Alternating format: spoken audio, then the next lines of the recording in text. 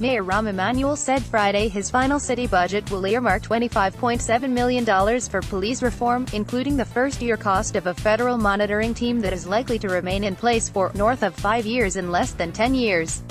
In a wide-ranging interview with the Chicago Sun-Times, Emanuel said that $25.7 million tab is certain to be the annual floor for Chicago taxpayers for as long as it takes to implement a consent decree negotiated with Illinois Attorney General Lisa Madigan.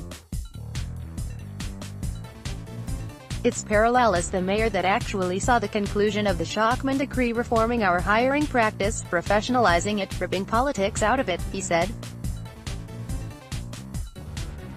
When you look at Shockman, the reason the judge let us out is not just the rules, but the culture had changed.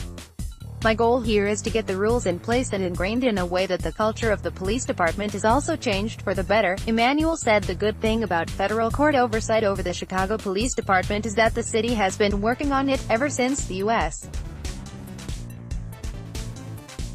Justice Department issued its scathing report triggered by the police shooting of Laquan McDonald. We go in front of a judge with about 18 to 19 months of serious changes already happening, on de-escalation, on more regular training, on separation of mental health kind of calls from criminal calls. There's use of force. There's the body cameras and the tasers. There's transparency around videos. There's COPA reform, he said.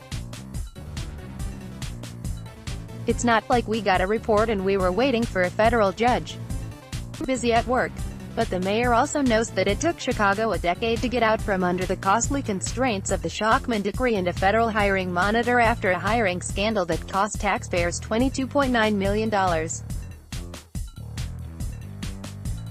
That's apparently why, when pressed to predict how long this federal monitoring team would be in place, the mayor said, it's north of 5 years and less than 10 years. Emanuel's second term was defined by his decision to wait until 1 week after the April 7, 2015, mayoral runoff election to authorize a $5 million settlement to the McDonald family, before a lawsuit was filed.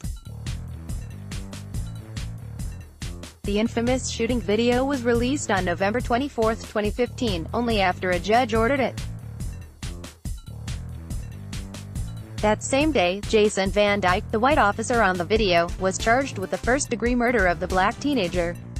Van Dyke was convicted last week of second-degree murder and 16 counts of aggravated battery, one for each shot he fired. On Friday, Emanuel accepted responsibility for his role in withholding the video. We had a policy as a city, like every other city and every other mayor, that you never let the video out because you didn't want to taint any of the recollections of the witnesses, he said. There was no politics that played a role here. We had a process in place and that process went forward, like it had in every other instance. But it didn't work in this situation. But he defiantly argued that other institutions, including the news media, also failed in their responsibility to question the status quo. I'm the big dog. I get it. But go back at that press conference. All of the questions were about John Burge, except for two, which were about the amount of money and could we afford it.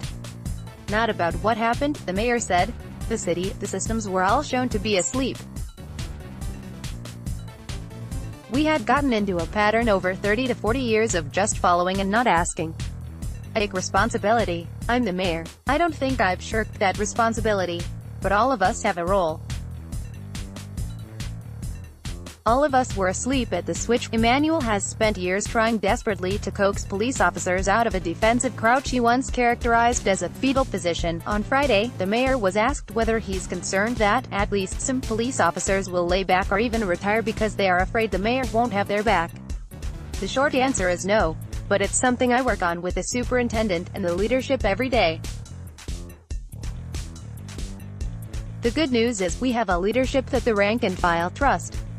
We have a leadership that's very much in touch, Emanuel said. He added, a lot of the officers that make up patrol are recent graduates. Recent being the last 3 or 4 years. So, they're part of something that's already new anyway. They don't know the past.